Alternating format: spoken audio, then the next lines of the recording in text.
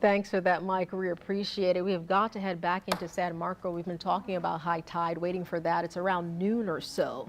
And thankfully, Mike has said that we're probably not going to see conditions as bad as they were in Irma in the San Marco area. But that's where we have our Destiny McKeever. So, Destiny, what are you seeing right now as we're approaching high tide around noon?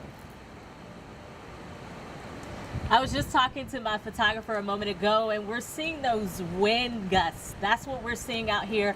So if you just stick around with us for a couple minutes, you'll be able to see me kind of blow back and forth because it's just really windy out here. The rain is slacking up, and it's hardly anybody out in the streets right now. You can see maybe one or two cars pass through every so often. You see a guy out riding his bicycle. But we're not seeing a lot of people in this area, and that's kind of what we want right now, right? We don't want people out because although we're not seeing it really bad like St. Augustine, it's still not as safe to be out in the roads, right? You have trees out, power lines potentially underneath, so it's just not too safe. But we do want to show you the businesses that went ahead and took the precautions early on.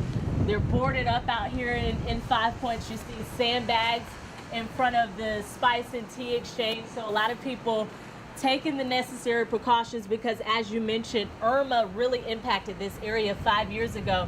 We had a lot of flooding in this area. People had to travel via boat just because they couldn't get around.